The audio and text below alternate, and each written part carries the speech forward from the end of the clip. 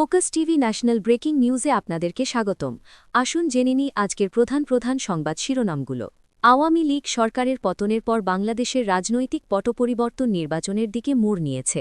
আসন্ন ত্রয়োদশ জাতীয় সংসদ নির্বাচনের সম্ভাব্য প্রার্থীদের নির্বাচনী আচরণবিধি প্রতিপালন নিশ্চিতে নির্বাহী ম্যাজিস্ট্রেটরা শুক্রবার 12 ডিসেম্বর থেকে মাঠে নামছেন।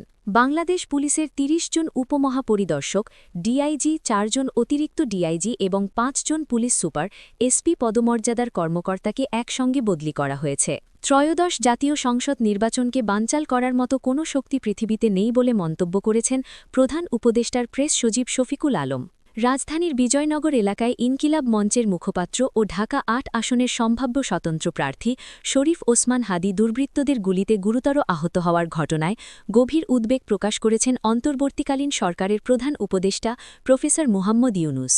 ঢাকা ৮ আসনের মতিঝিল, পল্টন, শাহবাগ, শাহজাহানপুর রমনা স্বতন্ত্র সংসদ সদস্য প্রার্থী ও ইনকিলাব মঞ্চের মুখপাত্র শরীফ ওসমান হাদির ওপর হামলার ঘটনায় জড়িত সন্ত্রাসীদের আটক করতে সাঁড়াশি অভিযান শুরু হয়েছে বলে জানিয়েছেন ঢাকা মহানগর পুলিশের কমিশনার শেখ মোহাম্মদ সাজ্জাদ আলী। ওসমান হাদিকে গুলি করা ২ যুবক হাদির সঙ্গে জনসংযোগ কর্মসূচিতে মাস্ক পরা অবস্থায় অংশ নিয়েছিলেন, এমন দাবি করেছে ফ্যাক্ট চেক প্রতিষ্ঠান দ্য ডিসেন্ট। ওসমান হাদিকে গুলির ঘটনায় জড়িতদের আইনের আওতায় এনে বিচার নিশ্চিত করার দাবি জানিয়েছেন বাংলাদেশ জাতীয়তাবাদী দলের মহাসচিব মির্জা ফখরুল ইসলাম আলমগীর। সেই সঙ্গে অবিলম্বে সব প্রার্থীর নিরাপত্তা নিশ্চিত করার দাবি জানিয়েছেন তিনি।